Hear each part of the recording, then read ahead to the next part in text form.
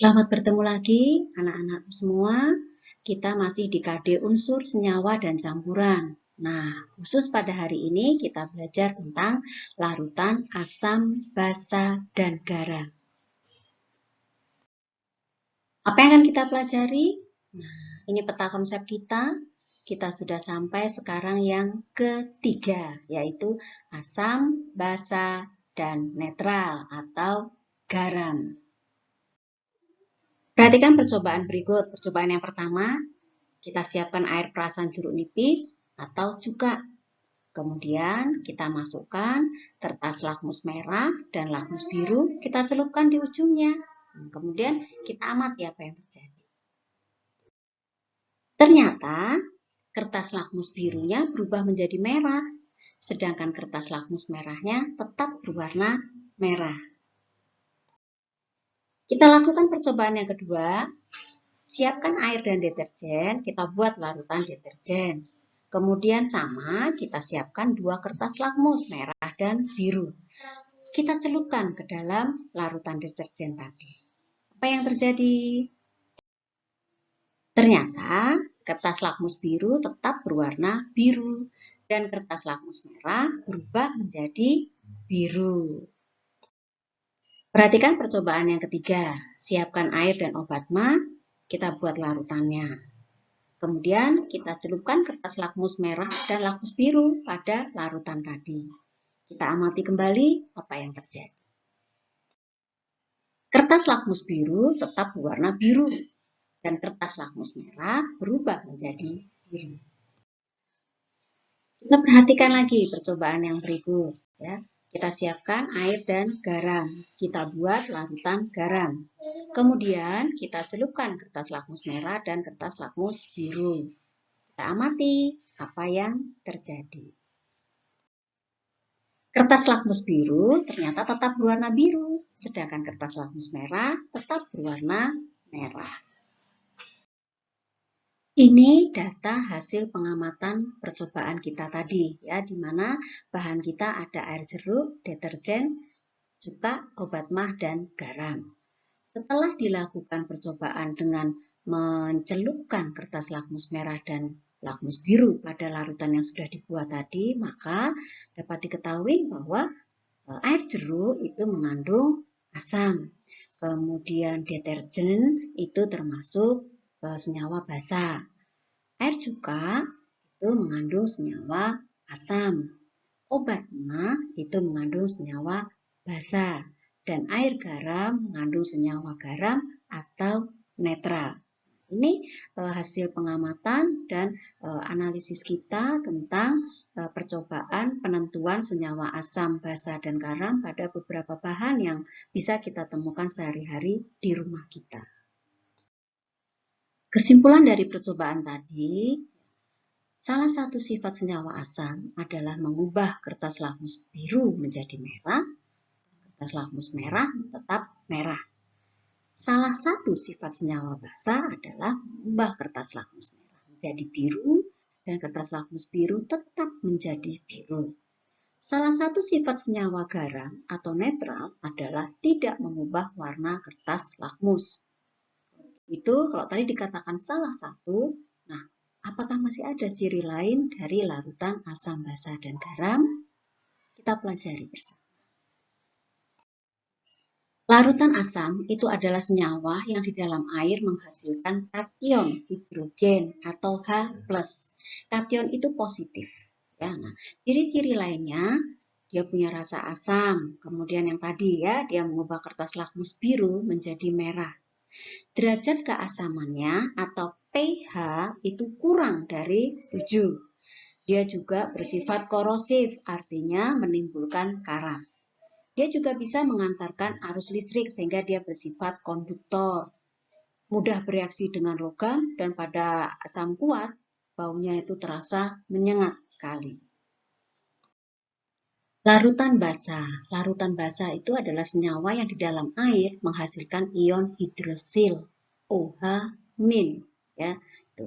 Ciri lainnya terasa pahit, tapi hati-hati tidak semua basa bisa langsung kita cicipi ya, karena ada basa yang berbahaya buat tubuh kita. bisa mengubah kertas lakmus merah menjadi biru. pH-nya atau derajat keasamannya lebih besar daripada 7. Terasa licin di kulit seperti sabun, tapi jika dia termasuk basa kuat, hati-hati jangan langsung menyentuh tanpa pelindung. Beberapa zat basa dia bersifat racun bagi tubuh manusia.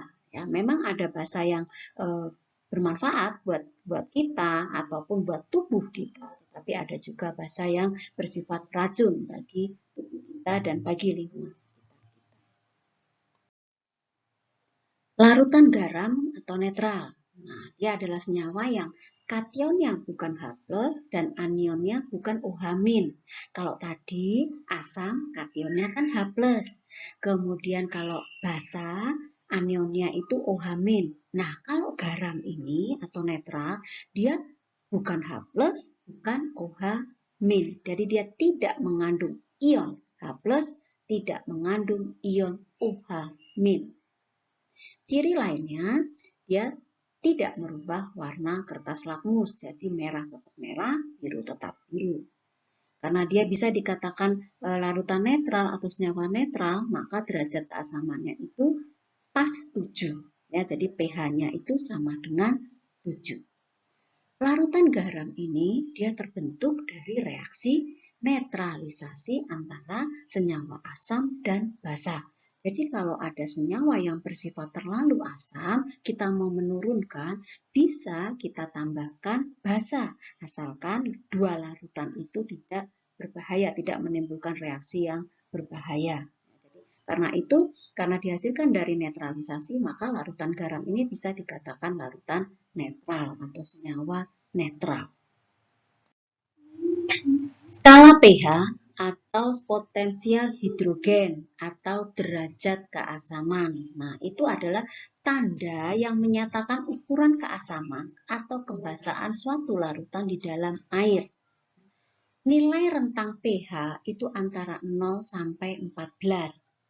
Tadi yang sudah kita bahas, kalau dia kurang dari 7 berarti dia bersifat asam, sama dengan 7 berarti bersifat netral, lebih dari 7 berarti bersifat basa. Indikator buatan. Tadi kan dalam percobaan itu kita menyebut lakmus merah, lakmus biru. Nah, kertas lakmus merah biru ini merupakan indikator buatan. Indikator untuk apa? Indikator untuk menentukan apakah dia bersifat asam, basa, atau garam. Indikator kertas lakmus merah dan biru ini dia punya kelemahan. Jadi dia hanya bisa menentukan, oh ini sifat asam, ini basa, ini garam. Sudah, hanya itu. Ya, dia tidak bisa menyebutkan angkanya berapa, ya skalanya berapa, itu tidak bisa. Ya, itu indikator buatan lakmus merah dan lakmus biru. Indikator universal. Indikator ini memiliki kelebihan selain dapat membedakan asam dan basa serta garam, ya, dia juga bisa menentukan nilai dari pH larutan tersebut. Jadi bisa disebut misalkan oh asam, berapa asamnya? Oh 3, oh 2,5 misalkan, ya. Itu indikator universal. Ada juga indikator universal yang dia bisa memberikan data lebih akurat dan lebih cepat. Ya, ini disebut pH meter. Ya, bisa dikatakan indikator pH meter ini adalah indikator universal yang digital. Ya, jadi kita langsung aja masukkan ya, di saatnya itu akan muncul angkanya. Indikator alami. Untuk kita yang sekarang di rumah misalkan ya, saya tidak punya pH meter, saya tidak punya indikator universal, saya tidak punya lakmus asam basa yang merah biru tadi. Kalau begitu saya untuk menentukan asam basa garam itu pakai apa? Nah, kita gunakan indikator alami. Indikator ini lebih aman buat kita ya, karena dia terdiri dari beberapa tumbuhan ya. Bisa kembang sepatu, bisa bugenvil, bisa jagung, mawar, hidrangnya, kubis ungu, anggur, wortel, kunyit, kulit manggis, ya, dan itu masih banyak lagi tumbuh-tumbuhan yang bisa kita jadikan indikator alami untuk menguji larutan asam, basa, dan garam. Nah, ini beberapa indikator alami. Tanaman ini tentunya mudah ya kita temukan karena dekat dengan kita. Ini bisa kita jadikan sebagai indikator untuk menentukan larutan itu sifatnya asam, basa, atau garam, ya, netral. Ini kita gunakan tanaman-tanaman ini yang aman buat kita pakai, ya, jadi tidak berbahaya untuk kulit kita, ya. Jadi kita bisa menggunakan ini untuk pembelajaran. Sampai di sini dulu pertemuan kita belajar tentang larutan senyawa asam, basa, dan garam.